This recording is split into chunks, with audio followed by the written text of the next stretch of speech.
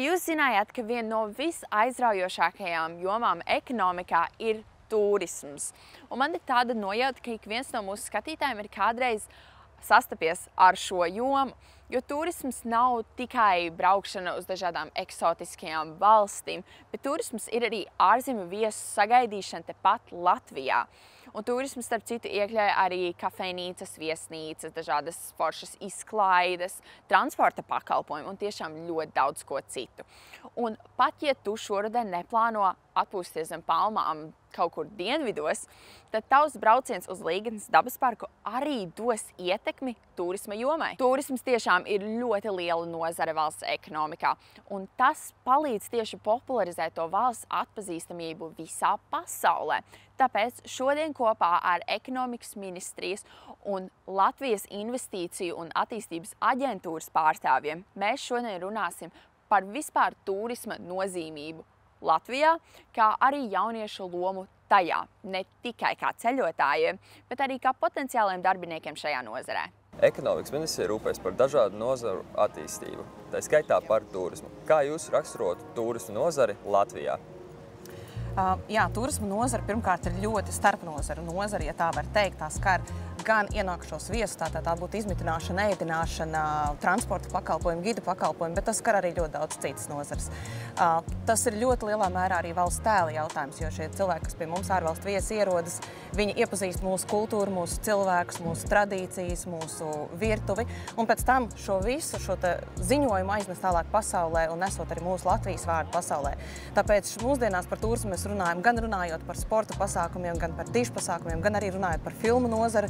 Arī Latvijā tiek filmētas arvien vairāk jaunas filmas ar Ekonomikas ministrijas atbalsta programmas starpniecību. Līdz ar to tā ir ļoti starpdisciplināla nozara. Viņa ir ļoti svarīga arī Latvijai, Latvijas tēlam, Latvijas atpazīstamībai pasaulē. Vai turisma jomai Latvijā ir sezonāls raksturs? Jā, liela daļa turistu tomēr Latvija izvēlas apmeklēt siltajā gada laikā, kad ir patīkami laikapstākļi, var izbaudīt mūsu arhitektūras vēsturi un vispārējo. Tomēr mums attīstās arī ļoti daudz jaunu turismu veidu. Tas būtu, piemēram, darījuma turismam ir ļoti liels potenciāls aizpildīt tieši nesezonas datumus, līdz ar to dažādu nišu, dažādu produktu, dažādu turismu veidu attīstību noteikti veicinātu šīs sezonālo svārstību mazināšanu, kā arī, piemēram, sporta pasākumu. Ir ieplānotas, piemēram, iniciatīvas 28. gadā nesezonā varētu, pieņemsim, notikt futzāla čempionāts Latvijā, kas arī tātad būtu nesezonā, kas dot mūsu turisma nozarei lielu ieguldījumu un jau apgrozījumu. Dzirdēts, ka LIA palīdz uzņēmējiem uzsākt biznesu, attīstīties, eksportēt. Bet kāda ir LIA loma turisma popularizēšanā? Jāsaka, LIA loma turisma popularizēšanā ir ļoti liela, jo turisms ir viena no eksporta nozarēm. Mēs LIA veicinām turisma eksportu, turisma eksporta ieņēmumus, un līdz ar to arī visas aktivitātes, kas mums ir vērstas uz ārvalstu turistu piesaisti, Latvijas popularizēšanu, ir vērstas arī uz šo turisma eksporta veicināšanu. Un tātad turismā mēs izšķiram šo ienākošo un izejošo turismu, kad mēs paši ceļojam uz ārzemēm un kad pie mums brauc. Un tad vēl ir arī vietējais turisms, kad mēs paši ceļojam pa Latviju. Un tad, principā, mēs LIA nodarbojamies gan ar šo eksportu veicināšanu, gan arī veicinot šo iekšējo patēriņu un Latvijas iedzīvotāju ceļošanu pa Latviju. Kuras ir galvenās valstis, no kurām mēģina piesaistīt vairāk turistus? Jā, šobrīd mūsu mērķa valstis ir pirmkārt kaimiņi. Lietuvieši, igauņi, viņi mums arī šobrīd ir visvairāk Latvijā, ārvalstu turismu ziņā. Un tad ļoti svarīgas valstis mums ir arī ziemeļu valstis, Zviedrija, Norvēģija, Somija un arī Vācija un Lielbritānija. Un to galvenokārt nosaka gan transporta sakari, tātad cilvēkiem ir jānokļūst Latvijā, tāpat arī šo valstu maksātspēja, arī vai mūsu produkts ir atbilstošs šo valstu iedzīvotāju vai turistu interesēm. Un tad ir virkne arī, protams, citu Eiropas valstu un pasaules valstu, kurās mēs darbojamies, bet tur, teiksim, tās aktivitātes ir nedaudz mazāk. Kā Ekonomikas ministrija redz jauniešu lomu turisma attīstībā gan kā darbinieki, gan kā ceļotāji? Jaunieši ir mūsu inovācijas spēks. Viņi ceļo pa pasauli, viņi atrod jaunas idejas, atved mājās, integrē mūsu turisma piedāvājumā. Viņi noteikti ir tā iniciatīva, kas var nākt un daudzveidot mūsu turisma nozari.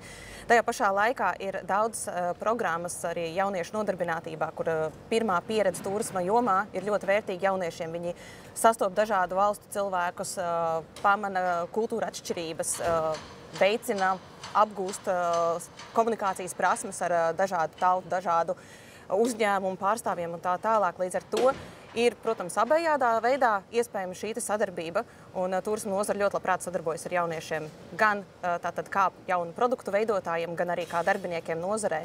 Turisma joma ir tā, kurā jaunieši gūst savu pirmo darba pieredzi. Vai LIA ir kāds jauniešu atbalsts?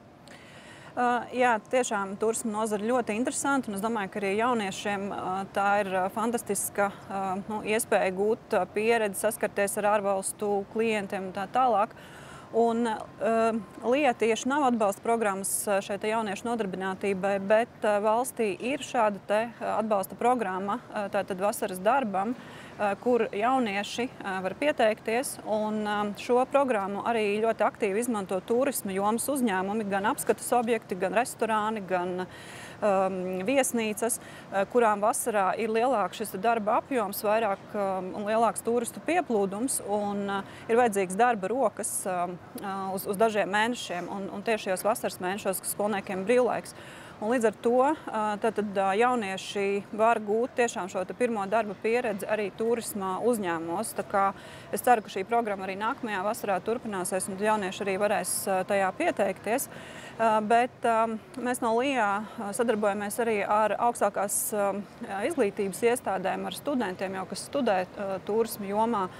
Un jau daudzus gadus atbalstam arī tādu studentu zinātnes pētniecisko darbu konkursu, kur aicinām pētīt turisma nozarē aktuālas tēmas, izvērtēt šo aktuālo situāciju turisma nozarē. Un šeit arī mēs apbalvojam katru gadu labākos darbus, tos, kas veikuši šo labāko pētījumu. Un jā, balvās ir arī vērtīgs, ir iespēja ceļot pa Latviju, tā ka tā ir tāda balviņa par paveikto darbu šajā turisma nozares pētniecībā. Kā jūs vērtējat turisma nozares potenciālu nākamajos 5 gados? Ļoti labi, jo turisms visā pasaulē un Eiropā strauji šobrīd attīstās, cilvēki labprāt ceļo, un arī mums ir jāizmanto šīs iespējas. Bet es teiktu, ka mums jāizmanto tās iespējas gudrā veidā, piesaistot cilvēkus, kas tiešām uzturās šeit ilgāk, kas šeit tērē vairāk naudas, un līdz ar to valstī ir lielāki ieņēmumi, kas interesējās par dabu, kultūru un tā tālāk. Respektīvi, izvairīties varbūt no tiem turistiem, kas ir ļoti īsu brīdi, kas šeit ieskrien un izskrien cauri, bet tātad vairāk orientēties uz šo ilgtspēju un ceļotājiem, kas dod labumu un pienesumu mūsu valstī. Jā, es teiktu, ka tuvākajos gados Latvijai ir ļoti labas izredzes un tiešām arī paplašināt šo piedāvājumu ne tikai Rīgā un tuvākajā apkārtnē, bet arī ārpus Rīgas Latvijas reģionu pilsētās. Kā mēs šodien noskaidrojam, turisms nevien veicina Latvijas ekonomisko izaugsmi un palielina nodarbinātību, bet tas arī sniedz mums tādu iespēju parādīt pasaulē Latvijas unikālo kultūru, dabas bagātību un dažādas notikumus, kā piemēram dziesmu un deju svētkus, kas izceļ mūsu mazo valsti uz citu fona. Turisma nozare ļauj arī mums pašiem apceļot mūsu skaisto valsti, iepazīt jaunus stāstus, leģendas un, protams, baudīt arī skaisto Latvijas dabu. Līdz ar to mums ikvienam ir iespēja piedalīties šajā procesā, veidojot Latviju par ļoti populāru galamērķi turismam ne tikai mums pašiem, bet arī ārvalstu viesiem.